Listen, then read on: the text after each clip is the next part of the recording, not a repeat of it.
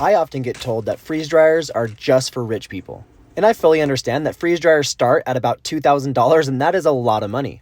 But the majority of people that are buying freeze dryers are not rich. You have homesteaders like my family who are just desperately trying to grow and produce as much of their own food as they possibly can. And it's not that the people buying these machines are rich, but their priorities are much different than a normal person. Take myself, for example. I chose to drive a 22-year-old car with 240,000 miles on it so that way I could save the rest of my money for my garden and for a freeze dryer. Because to me, food security and growing our own food is much more important than driving a nice, fancy, shiny car. And then you also have this small-time entrepreneur, somebody who doesn't have a lot of money and they spend most of what they do have to buy a freeze dryer to turn it into a freeze drying business. And then you have backpackers, hikers, and campers who are sick of spending so much money on Mountain House meals, and they know that if they just spend the $2,000 now, it's going to save them in the long run. Yes, you do have to have some kind of money up front to buy one of these things, but this isn't for rich people. This is for people with different priorities than you. And if you're one of these people, there's a link in my bio.